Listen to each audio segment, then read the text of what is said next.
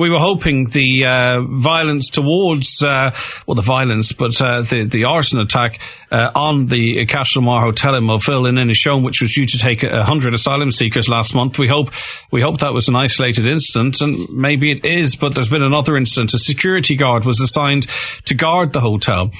He was sitting in his vehicle, as far as we're aware. A brick was thrown in through the rear window of the car, smashing the window, of course.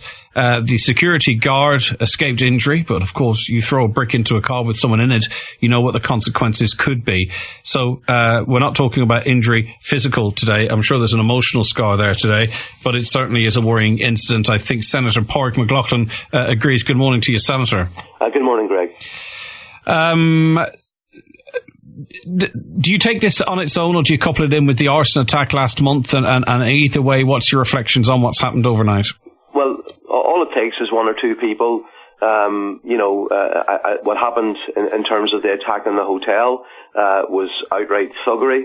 It's not representative at all of the people of Mulville or Donegal, and this incident is in the same bracket. But we have to be honest here. The Department of Justice have caused serious problems in communities in Wicklow Town, and I've been speaking to some of my colleagues, local representatives there, in Ruski, in Roscommon, and here in Mulville, and it's the same pattern. They don't consult with people, they do a deal with private operators behind the scenes, and they just announce a fait accompli that this is going to happen. But, Senator, we have to look at the elephant in the room here, and that is that this is happening and has happened in 37 different locations across Ireland, but it's only in our area that we're seeing an arson attack, and now what could have been a very serious attack on a security guard. So we have to, as uncomfortable as it is, say that our reaction has been very different to that of 36 other places. So while there might be flaws in the government policy, and they can see that themselves, why are we up here reacting like this? No, it's not we, Greg. All it takes is a small number of people, not representative of the community. They could be anywhere. You could have had a couple of people in Ruski or Wicklow Town without a thought in their head who would do something like this. It's not we. We in Donegal, I was at the meeting where there were hundreds of people in the room in Glencroe Hall there, and I listened very carefully to the points that were being made, and the vast majority of the people who expressed concerns, they did it respectfully. There were genuine concerns. They were about health services. They were about school places. They wanted to understand the facts about how the system operates. There was no racism there. And one of the things I'm not, of course, accusing you of this, but I think there are some who would attempt to silence those who have concerns, try to pigeonhole them as being racist. And that's completely unacceptable. This system of direct provision is an awful system. It's a system that, has evolved. We've given 1.25 billion, 1,250 million euro to private operators since 2000. We could have done it differently. We could have built sheltered housing units by housing agencies. There's been some excellent proposals that have emerged in recent weeks, working in cooperation with the very agencies to support the asylum seekers, but instead we give commerce to private operators. We treat local communities with contempt, and of course, worst of all, we have a system that is cruel, that takes away the dignity of the asylum seekers themselves. So the entire thing is wrong. Yeah, and just to clarify my we comments, obviously I know. That it's not us, everybody, and it's one or two people. It's a handful. What about the perception of it? Do you know what I mean? I'm sort of was coming at it from an outsider looking in, that there are 37 locations around Ireland, and it's in Donegal where we see these type of actions. So, of course, I'm not saying we, just as a collective. Councillor Bernard McGuinness, your reaction to this news. Good morning to you. Good morning, Greg. I'm actually shocked after hearing this on Highland Radio this morning, and it most certainly is not a reflection of the people of Mulville. The vast majority of the people in Mulville are in support of this. They are concerned about the manner in which this was brought about. They were not consulted, and I agree with Pádraig on that. But it doesn't justify what has happened in any way. And while I condemn it very, very strongly, I am going no way at all to justify what has happened by any means, because that is not a reflection of the majority of the people of Millville. And this is one or two people who is carrying out this, and it's very regrettable and very, very, very sad. There are concerns by genuine people in Millville about how these people are going to be housed in that hotel, where their safety. There was an arson attack on the hotel, which I believe has raised issues in relation to the fire certainties and other matters like this. And these are genuine matters raised by genuine people who are concerned for the welfare of the asylum seekers. And this is a different thing altogether when people take the law into their own hands and trying to intimidate.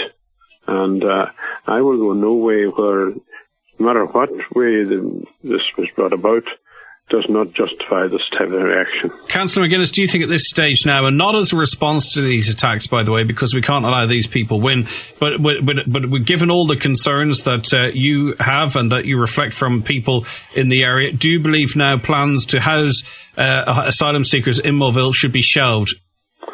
I think that full discussion should take place. I think that... but unfortunately that's not policy, Councillor. We know that's not policy, because the Minister himself said they don't do that, and they won't do it. Yes, I accept that. But I think they should reflect on the numbers coming, and for starters, and they also should reflect on the safety of these people. Because, if you have a security guard being attacked, God forbid if anything should happen to any of those asylum seekers who have come through hell on earth.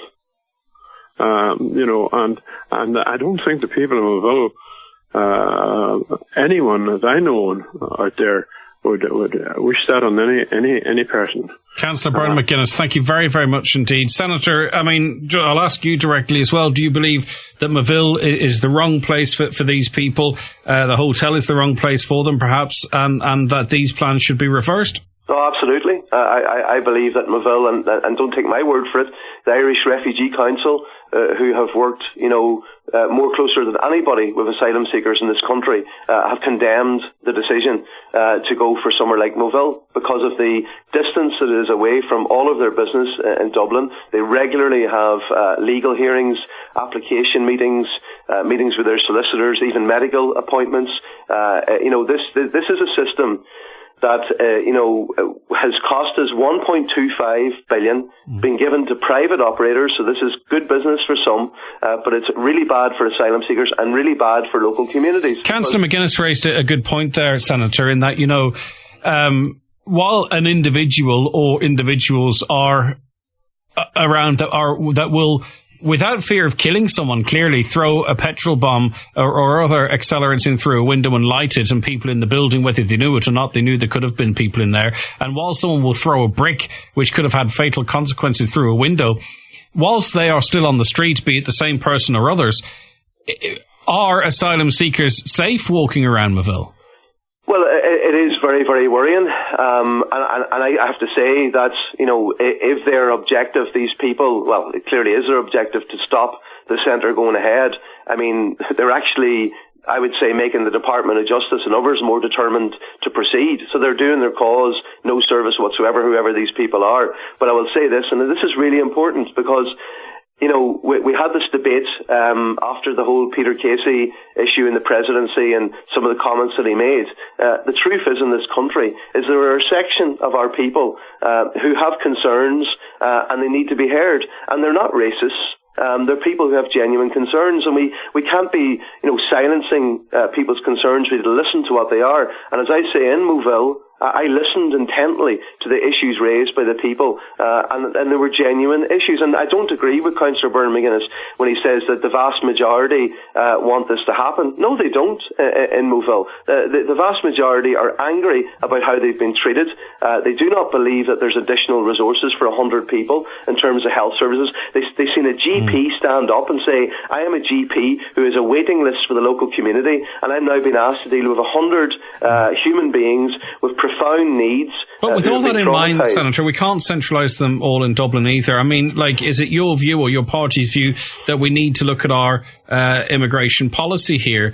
You know, there's talk of us signing into the UN's Migration Pact. That could open the doors even further. You know, we are seeing a rise of people around the world who aren't happy, you know, with the amount of people that are coming to their countries, and it's happening here in Ireland as well. Do we need to look at that? Do we need to look at how many people we do allow into this country, given the fact that people that live here already, 700,000 of them living in poverty, tens of thousands of them homeless or living under the threat of homeless, and our hospitals and our GPs services are at breaking point? Is it time to sort of, you know, pull down the shutters? Let's get it right for who's here, and then maybe review our international responsibility to those in need.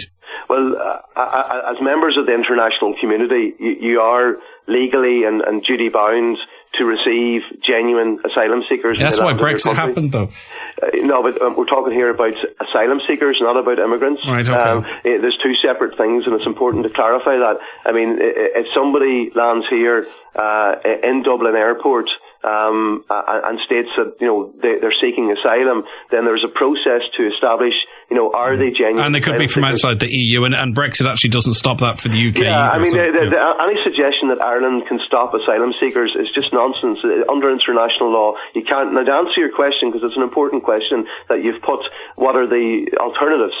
And Owen O'Brien is our housing spokesperson, and Owen has been working with a number of the organisations that support asylum seekers, because this is a housing issue, you know, on a temporary basis while they're seeking asylum in this country. And what he has come up with is a very clear proposal that would cost half of what we're currently paying out to private operators. And what it is sheltered housing, you know, within a reasonable distance of Dublin, but they've developed by housing agencies, where, for example, you have a family that can turn a key into a building, which is their own, where they can cook and have dignity with their family, where they have support services in around them, and while they're waiting for asylum. So we do have to receive asylum seekers, but we can do it in a dignified way. Councillor McGuinness, I'll say, in fairness, Senator, we're not treating the homeless people in this country with dignity at the moment. I don't know if we can't do that for well, I say our people, but you know what I'm on about. If we can't do that for people living in Ireland,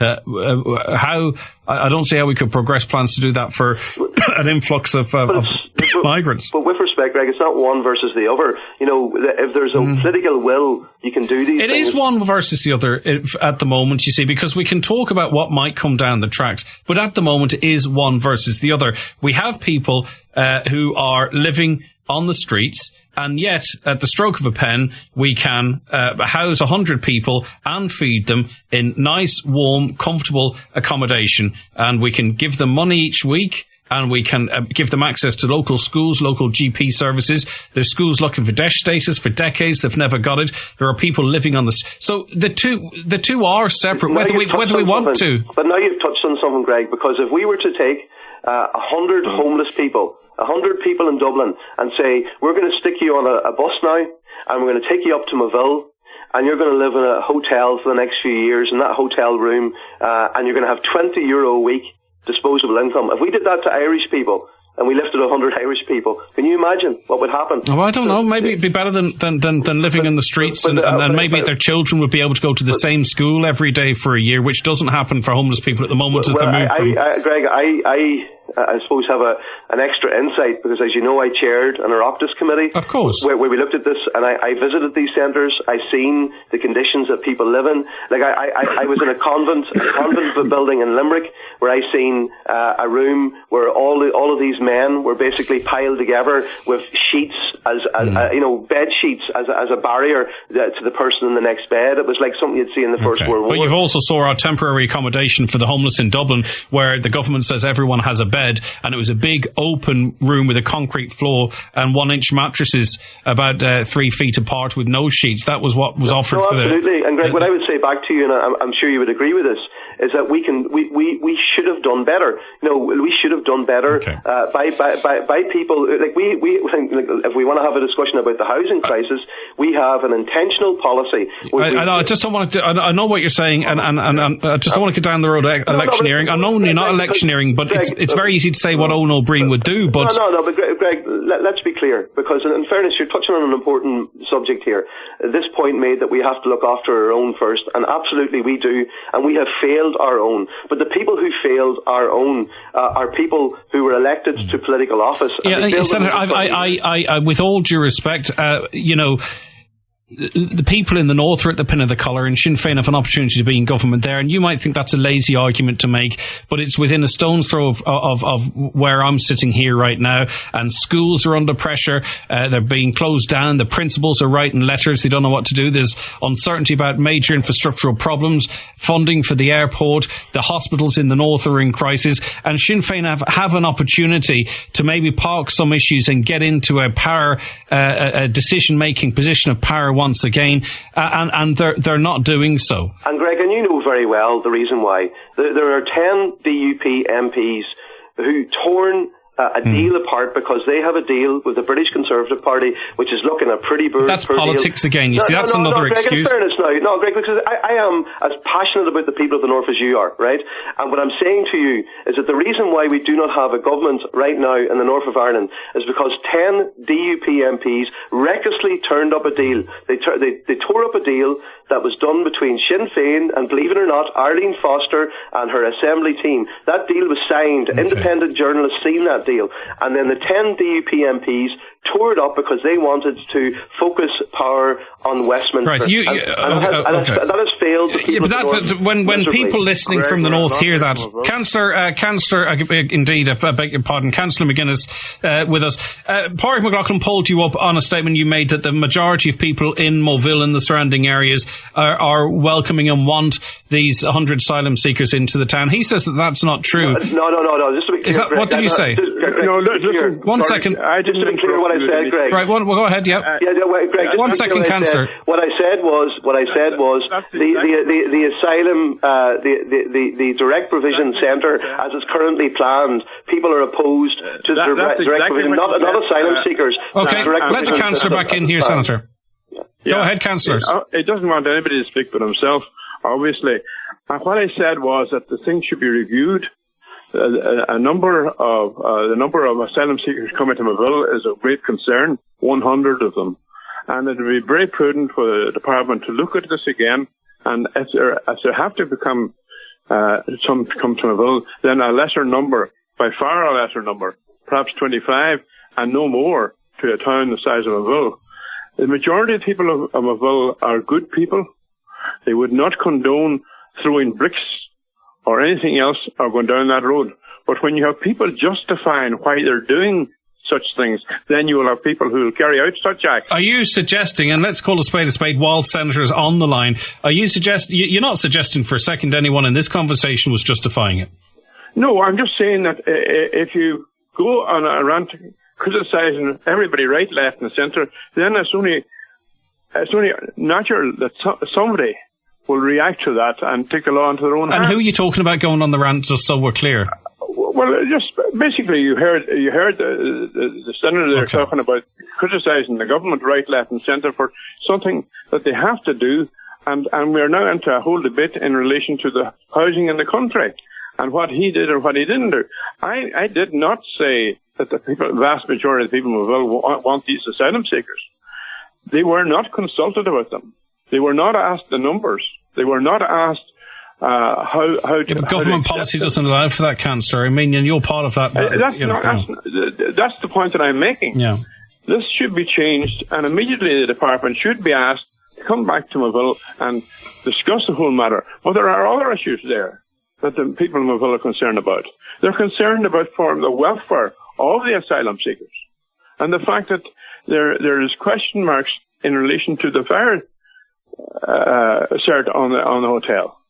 I understand that a person who was in the hotel had to be taken out. There was no fire escape other than being taken out through a window. these are real issues. And in fairness, there's accommodation, and I've covered it on this programme, that houses older people, and I'm not going to mention where it is in case it's changed since, but older people who are infirm and have difficulty with mobility, and the only exit from upstairs accommodation was through a out-the-window fire escape. So it's not exclusive to, to this building, I don't think. It most certainly is not. Yeah. And I have spoken to the fire officer as late as yesterday in relation to this, and I'm seeking assurances that if people are going into there, that there will be proper fire escapes. I don't know how you could ever protect people, though, if someone's prepared to break a window and throw in petrol and set light to it. Senator McLaughlin, I don't want to misconstrue what anybody said, and while you're both on the line, if there's anything you want to clarify or come back on there, just so it's fair, from both perspectives. The statement was made by Bernard that the vast majority, he probably misspoke, I'll accept that. But I mean, let's be very, very clear here. The system, the direct provision system, run by the Department of Justice, is one where they intentionally do not consult with local communities, where they do a deal with private operators in secrecy, and then they tell us all that this is a fait accompli, it's going to happen. Senator, is it possible you're riding two horses here? And I ask this question with respect, that on one hand, you're saying that we've an international responsibility, we should bring people in, we should house them properly, we should do this, that and the other, but then on the other hand, you're speaking to your potential electorate saying, well, not in our area, we don't have the resources, GPs are standing up. Some people might say that it sounds to me like you're on both sides of this issue here. No, Greg, I'm very, very clear. I mean, I have taken positions on things that are not politically popular many times in the past, and I'm not afraid to do so again in the future. But what I'm saying is the direct provision system that we have in Ireland is terrible for asylum seekers, and it's terrible for local communities, how they're treated, particularly small areas. I mean, we're talking here 1,300 population, and 100. Can you imagine if you were to take a 29% increase in population? Exactly. That's precisely the point. That's precisely the point that I made. Yeah. That if you had 20 asylum seekers in Maville, we've had asylum seekers in Carndonagh, and there were a number of families, and they just became part of the community. Okay. Senator McLaughlin, thank you very much, by the way. Finally, just on that, see that point made by Councillor McGuinness, that's an important point, is that we have housed refugees in Inishowen in sensible numbers, and we've done so very, very well. The problem here is the way that the people of Maville have been treated. The numbers. And this system doesn't work. That's my issue. Okay. So I probably agree with Councillor McGuinness on everything. That's all right. Yeah, okay, good stuff. The numbers that Senator McLaughlin, thanks. So, finally with you, Councillor McGuinness, and I appreciate you coming on, by the way. It's nice to talk to you. You obviously, you would have a closer connection to government through Joe McHugh and what have you, and he's well aware of the situation. He's very aware of it, yeah. What are you saying to this government? Then you're saying, look, the policy's not working. We need to re-look at it. We need to rethink it. And we need, are you saying, to suspend the Maville project until such time as the rules change? Well, obviously the Maville project is suspended now until such time as the hotel or accommodation will be sorted out. But there are this has raised a number of issues. The meeting has raised a number of, people came to the meeting in Glencoe Hall and they were asking genuine questions. The bottom line, of course, was that they were not consulted first. The department officials there were saying anywhere they did consult people, there was created a problem. It they said it didn't work, that there was loads of conversation and nothing come from it. Yeah, and that in itself created a problem. I can understand that, but I just think that the numbers coming to Maville are far in excess, proportion to the size of the town, and that this should be looked at again. And if they're going to send asylum, as I said, there came families into Carndonagh, they're part of the Carndonagh, and you wouldn't even know they were there. All right, Councillor Bernard McGuinness, great to chat to you. Thank you very much.